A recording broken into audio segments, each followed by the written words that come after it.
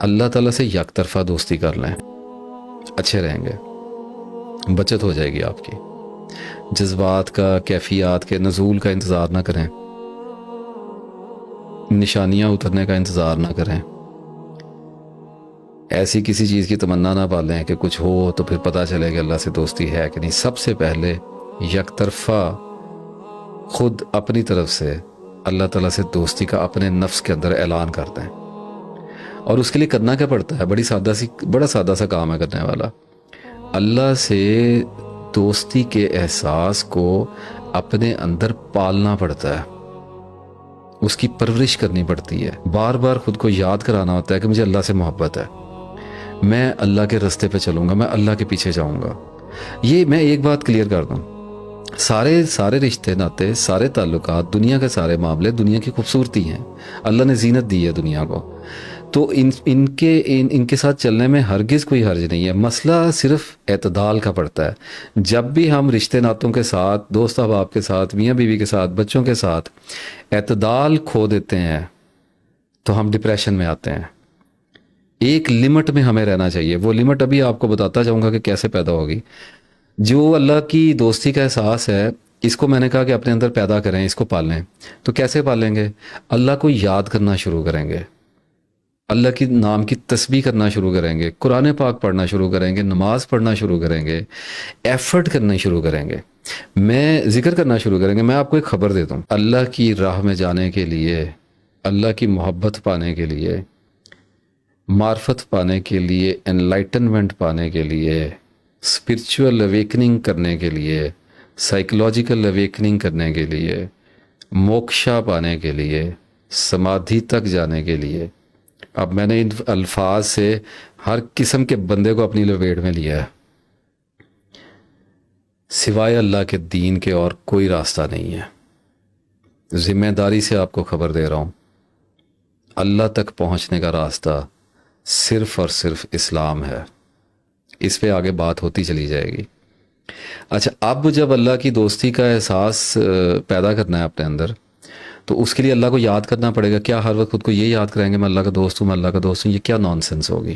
ایک بار ہو گئی، بات ہو گئی، جب ایک دفعہ طے کر لیا، اس کے بعد اللہ کو یاد کرنا ہے۔ تو اب کچھ لوگوں کو یہ سمجھ آنی چاہیے بات کہ جب میرے جذبات اللہ تعالیٰ کے حوالے سے بنجر ہیں، میرے اندر انٹلیکچوئل کیوریوسٹی تو پائی جاتی ہے، میرے اندر محبت کا عظیم جذبہ، وہ جو پیشن ہے، وہ جو بے کراں بے انت محبت ہے، وہ نہیں ہے، تو اس کے چشمے کو کھولنے کے لیے وہ جو پتھروں کے نیچے دبا ہوا ہے، اس پر پھر ایڑیاں مارنی پڑتی ہیں، اور وہ اللہ کی مالا جپنے سے پڑتی ہیں ایڑیاں، وہ چشمے ابلتے ہیں اللہ تعالیٰ کا نام لینے سے۔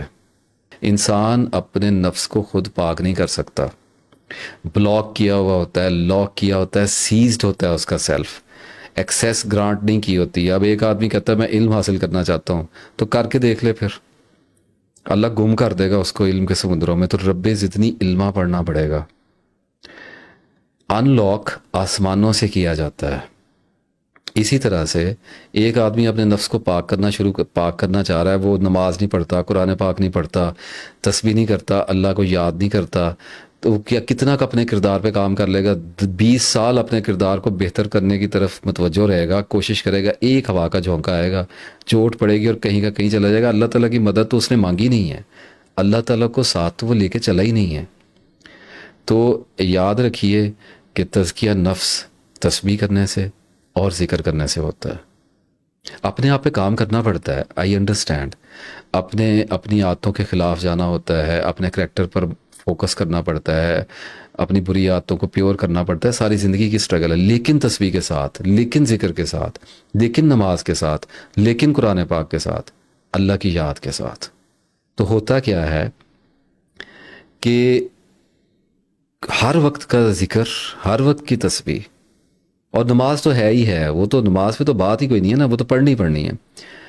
اچھا، اب جس بندے نے ذکر شروع کیا ہے، جس بندے نے تسبیح شروع کی ہے، اور وہ اس بات سے اویئر ہے کہ اس کی نماز میں حاضری نہیں ہے، اس کی نماز میں خشوع اور خضوع نہیں ہے، اس کی زندگی میں اللہ تعالیٰ کو پانے کی عقلی تمنا تو موجود ہے اور تھوڑے بہت جذبات بھی ہیں، لیکن شدید اور بے کنار محبت اس کے اندر نہیں ہے، چشمہ پھوٹا ہی نہیں ہے، چشمہ تو یہ کھولنا ہی اللہ نے ہے، اس کا پانی اللہ کے حکم سے ابلے گا آپ کے اندر۔ تو کرنا کیا ہوتا ہے کہ بار بار اللہ تعالیٰ کو یاد کرنا ہوتا ہے، یا اللہ یا اللہ یا اللہ یا اسلام یا مومن یا اللہ پڑھنا ہوتا ہے، یا ولی یا نصیر، سورہ اخلاص پڑھنی ہوتی ہے، آیت کریمہ پڑھنی ہوتی ہے، پتہ نہیں کیا کیا پڑھنا ہوتا ہے، پڑھتے ہی رہنا ہوتا ہے، نماز پڑھنی ہوتی ہے، یہ سارا کچھ کرتے کرتے آپ کو پتہ ہے ہوتا کیا ہے؟ نفس پر بوجھ پڑنا شروع ہوتا ہے، نفس پر دباؤ پڑنا شروع ہوتا ہے، سائیکی جو ہے انسان کی وہ دباؤ کا شکار ہوتی ہے۔ ایک بندہ اپنی ٹائم انویسٹمنٹ اللہ اللہ اللہ اللہ کرنے پہ لگا رہا ہے، تسبیحات کر رہا ہے اور کیا کیا پڑھ رہا ہے، تو نفس ریپیٹیشن سے ایک دباؤ میں جائے گا اور اس دباؤ کے نتیجے میں اس میں ٹوٹ پھوٹ ہوگی، اس کے اندر بغاوتیں ابھریں گی، اس کی جبلیات زور ماریں گی، انسان کو ایک مخصوص طرح کا اسپرچول کرائسس آتا ہے۔ اس اسپرچول کرائسس میں اس نے ایک مخصوص مدت تک رہنا ہوتا ہے۔ تو ہوتا کیا ہے کہ انسان کو